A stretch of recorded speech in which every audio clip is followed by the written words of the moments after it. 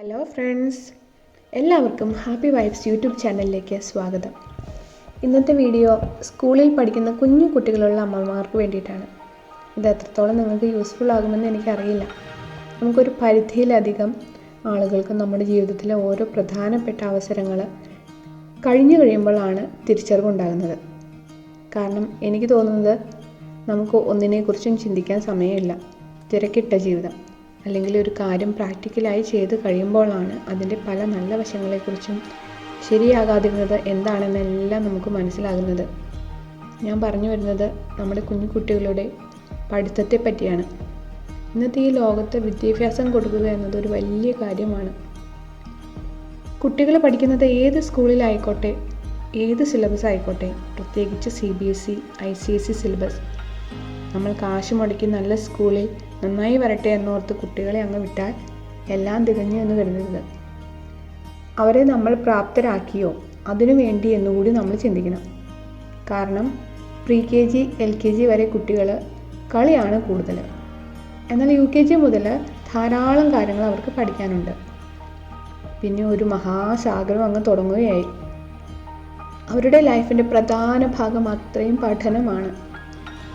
അത് അവരറിഞ്ഞ് മനസ്സിലാക്കി ഇഷ്ടപ്പെട്ട് പഠിച്ചില്ലെങ്കിൽ പിന്നെ പറയും, അതിനെക്കുറിച്ച് പറയുകയും വേണ്ട. ശരിക്കും പറഞ്ഞാൽ ചെറുപ്പത്തിലേ മുതൽ പരീക്ഷ എന്ന് പറഞ്ഞ് ഇങ്ങനെ സ്ട്രെസ്സാണ്. 6ഉം 7ഉം സബ്ജക്ട്സ് വരെ പഠിക്കാനുണ്ട്. അപ്പോൾ നമ്മൾ അവർക്ക് വേണ്ടിയിട്ട് സാഹചര്യങ്ങൾ ഒരുക്കണം. അല്ലെങ്കിൽ മുമ്പേ തന്നെ കുറച്ച് കഷ്ടപ്പെട്ട് മെനക്കെട്ട് അവരെ പ്രാപ്തരാക്കിയില്ലെങ്കിൽ പിന്നീട് വർഷങ്ങളോളം അതിനെക്കുറിച്ച് ഓർത്ത് സങ്കടപ്പെട്ടുകൊണ്ട് കുട്ടികളുടെ പിറകെ നടക്കേണ്ടി വരും. എന്താണ് ചെയ്യേണ്ടത് എന്ന് വെച്ചാൽ, കുട്ടിയുണ്ടായി ഒരു അറിവ് വയ്ക്കുന്നത് മുതൽ അല്ലെങ്കിൽ എല്ലാം തിരിച്ചറിയാറാകുന്നത് മുതൽ നമ്മൾ അവർക്ക് പതിയെ എല്ലാം പറഞ്ഞു കൊടുത്തു തുടങ്ങണം. അവർ പിക്ചേഴ്സ് കാണുമ്പോൾ അല്ലെങ്കിൽ ഒരു വസ്തു കാണുമ്പോൾ, ലെറ്റേഴ്സ് കാണുമ്പോൾ അവർ അത് ഐഡൻറ്റിഫൈ ചെയ്യാറാകണം. ഇനി എഴുത്തിനെടുത്ത് തുടങ്ങിയതിന് ശേഷമാണെങ്കിലോ അവർ പേനയും പെൻസിലും സ്ലേറ്റും എല്ലാം എടുത്ത് എഴുതട്ടെ, ക്രയോൺസ് കൊണ്ട് വരയ്ക്കട്ടെ, എന്നാലേ അവരുടെ കൈ വഴങ്ങൂ. പേന പിടിക്കുന്നത്, പെൻസിൽ പിടിക്കുന്നത് എങ്ങനെയാണെന്ന് നമ്മൾ അവർക്ക് കാണിച്ചു കൊടുക്കണം. അവരെഴുതട്ടെ. എപ്പോഴും നമ്മുടെ ഒരു ശ്രദ്ധയുണ്ടായാൽ മതി. വലിയവരുടെ സാധനങ്ങളൊന്നും നശിപ്പിക്കാതെ ഇടയ്ക്ക് നോക്കുകയും വേണം. കൈ ഒന്ന് വഴങ്ങി വന്നു തുടങ്ങിയാൽ പതിയെ ലെറ്റേഴ്സും നമ്പേഴ്സും എല്ലാം എഴുതി പഠിപ്പിക്കുക. അത് pre-KG ടീച്ചേഴ്സ് നോക്കിക്കോളൂ എന്ന് ചിന്തിക്കരുത്.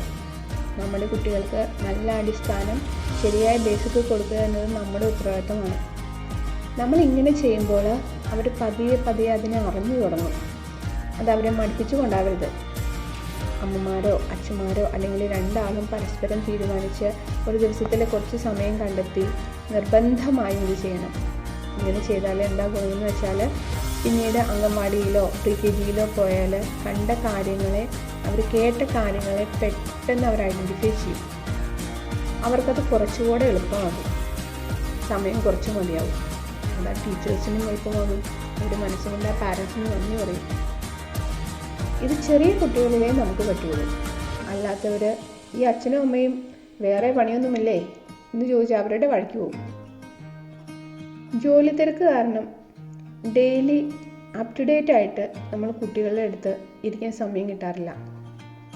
എന്നാൽ നമ്മൾ കുട്ടികളെ ഫീസ് കൊടുത്ത് വെയിൽ കൊള്ളാതെ എല്ലാവരും കണ്ടാൽ നോക്കുന്ന യൂണിഫോമും ഇട്ട് ഓരോ ദിവസവും ലഞ്ച് ബോക്സിലും സ്നാക്സ് ബോക്സിലും സർപ്രൈസും നൽകി മാത്രം അവർ വിട്ടാൽ പോരാ.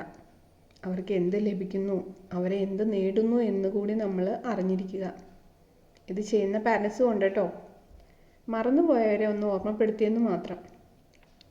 എനിക്ക് പറ്റിയ ചെറിയ കാര്യങ്ങൾ ഞാൻ നികത്താൻ ശ്രമിക്കുമ്പോൾ മറ്റുള്ളവരിലും ഇതൊന്ന് പറഞ്ഞു കൊടുക്കണമെന്നൊരാഗ്രഹം കാരണമാണ് ഈ വീഡിയോ ചെയ്തത്. സോ വീഡിയോ ഇഷ്ടമായാൽ ലൈക്ക് ചെയ്യുക, കമൻറ്റ് ചെയ്യുക, സബ്സ്ക്രൈബ് ചെയ്യുക. ചാനൽ ഇഷ്ടമായാൽ സബ്സ്ക്രൈബ് ചെയ്യണേ. ഇനി അടുത്ത വീഡിയോയിൽ കാണും വരെ എല്ലാവർക്കും ശുഭദിനം. Thank you.